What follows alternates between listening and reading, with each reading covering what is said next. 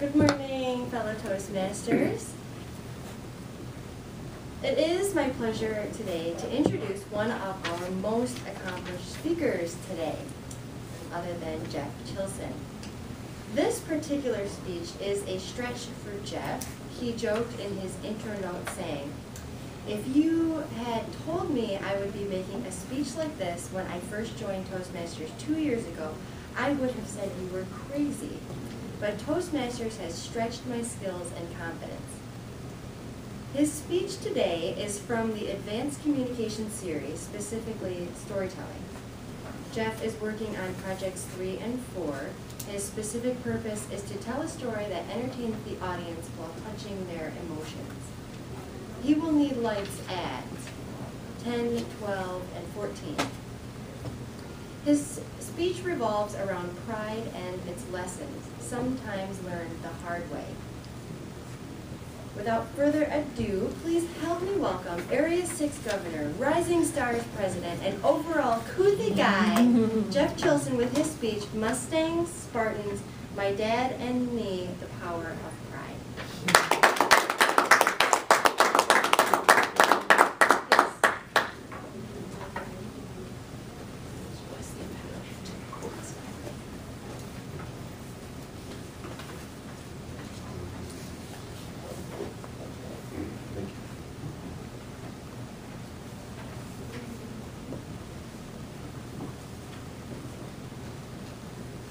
Long time ago, very wise, inspired King Solomon wrote, "Pride comes before destruction, proud spirit before a fall." That's pretty good advice. I don't know, because I had pride, at least once. When I was a young boy, about 13 years of age, I had this dream. And the men who were heroes of that dream by the names of Jeff Chadwick, Freddie Scott, Eric Hipple, and Billy Sims. They were the stars of the Detroit Lions football team. My dream was to be catching balls in the Pontiac Silverdome in front of 80,000 screaming fans. So I took the first step. That's right, I signed up to play football. Clio Mustangs. 8th grade, lightweight division. Back in my day, there was a separation point at 117 pounds to split the heavyweights from lightweights for the sake of safety. My playing weight, 74 pounds. By a good 10 pounds, the lightest man on the team. Only I had a little bit of a clue with that. But I reported to Coach Frank Glenn. He was this tall, wiry man, about 6 foot 12 inches tall. Never heard him raise his voice once, but every word he said was with authority. He got us whipped in football shape in a hurry. We did conditioning. We did running. We did wind sprints. We started to put on the pads, and we started to hit.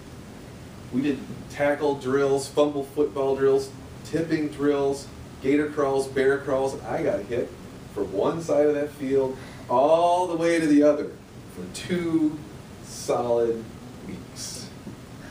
And at the end of that time, Coach read off his starting roster. My name was not on that list. Coach assigned me to special teams. Got to be the backup receiver, backup for a free safety. Then that big day finally came for that first game. We were playing the Owasso Trojans. They'd gotten an extra week of practice. We played it tough. And at the end of that first half, it was a scoreless tie. As Coach marched us down to our end of the field, right underneath the scoreboard, and he gave us one of the most motivational speeches I have ever heard in my life to this very day. He said, "Men, take a knee. I don't know what's going on out there, but if we lose this game, all next week, we are going to hit, and we're going to hit, and we're going to hit some more. Now let's get back out there. Let's play with some emotion." 25 hyped up 8th grade boys move over to the sideline again, just waiting for the kickoff to start. Didn't take long. Early in that third quarter, our defense had a third and long, obvious passing situation. Our star player, Derek Knight, the rumor was he had to starve himself to hit that 117-pound football. But he steps back in the coverage. He eyes up that quarterback, sees what's going on. He makes the perfect read. Sprints out to the right, right in front of the receiver, catches the ball in stride, runs around the end, 50 yards, touchdown, Clio Mustangs. On the other side of the field, on the sideline, the entire 8th grade boys football team storms into the end zone, mobs him. You better believe it was one excessive celebration. Coach Glenn only had a couple words to say about that penalty. Glad to see you're finally playing with some emotion. Next time, stay on the sideline. Derek added an insurance touchdown there in the fourth quarter. We won 12-0. That started one of the longest 6-week stretches of my life. Didn't take me long to figure out. I was placed on this earth for a number of things. Being a football player was not going to be one of them. But I did get to have a little bit of fun along the way. Because I was on the scouting team, as our starters got ready for week to week, I had to play most any position that was there. We got that last week of practice. Coach put me in at middle linebacker, the most important position on the defensive side of the ball. Across from me, the offense calls us I-4-2. Just as exactly as it's designed, hole opens up right in the center of the line. It's linebacker's job. Got to fill in that hole. So I rush forward, stand in the gap. Who do you think should come through the other side of that hole? All 117 pounds, Derek Knight, with a full head of steam. There was a huge collision as I wrapped him up and we crashed to the ground. I'm sure Derek got a little bit of ribbon for that tackle. We finished out against the Davison Cardinals a few days later. Won that game, finished a perfect 6-0 in the season. Not long after that, we had the big football banquet. Coach Glenn started going through and passing out those awards and the certificates to all the boys for participation. We started the entire evening this way. We don't have official awards here for 8th grade boys football.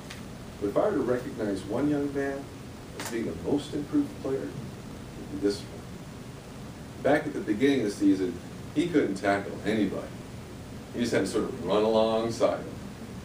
That last week of practice, when he tackled our best back, we knew he was for me. And that's when Coach called mine. I wasn't the biggest, I wasn't the fastest, I wasn't the strongest, I certainly was not the best.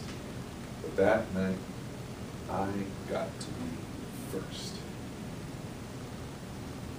That evening and that experience was a little bit of a watershed moment. Kind of a stake in the ground. Because I learned from that time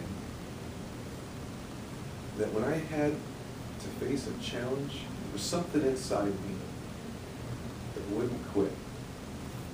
I could move forward. Pride in yourself comes before a fall. But pride in what you know about yourself can help you take that next step. But that wasn't the only lesson pride had to teach me from this whole experience. It had a much bigger lesson than that. This would involve my dad.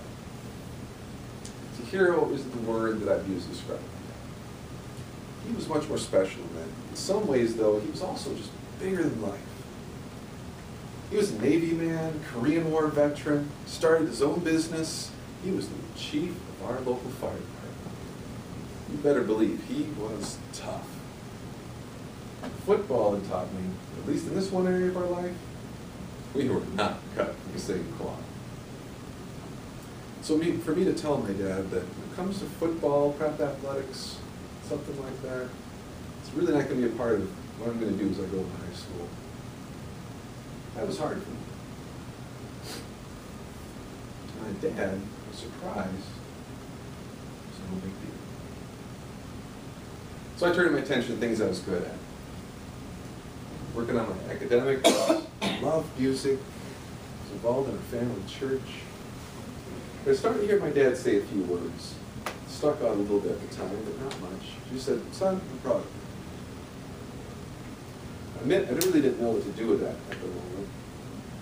But I excelled in school, got to go to the school of my choice, became a Michigan State Spartan. That's when I started to notice those words a little bit more. It became something of a farewell ritual. Every time I'd hang up the phone, maybe I'd leave, come back to college, I'd say, "Son, I'm so proud." Well, I put in my time at the university. Finally, commencement day arrived. As I come into the auditorium, it's pomp and circumstance for playing, I see my parents seated about halfway down, right on the aisle. As I passed by, I stopped for a moment, turned, reached out, and shook my dad's hand. You should have seen his face. He had this huge smile that kind of just takes over your entire face as your eyes almost squeeze shut. It was a moment that stuck out on memory.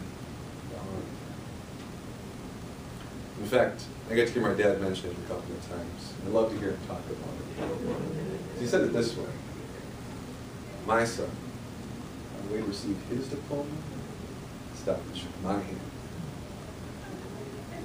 My dad passed away a handful of years ago. Every time I think of it, the very first picture that always comes into my mind is always that face, beaming, pride. He reached out and shook his hand. So that's why in my family we have a little good ritual with my two boys. I'll say a few words, simple things, profound things. I say, "Good night, Connor. Good night, Isaac. Love you. God loves you. Your dad is proud of you." Pride in yourself comes before a fall.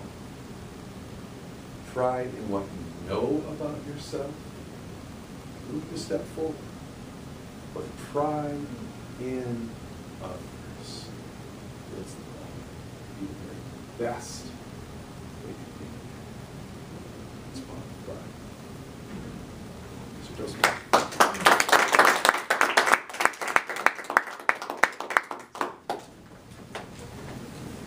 We can get 1 minute on the, or maybe we need 2 minutes, I don't know.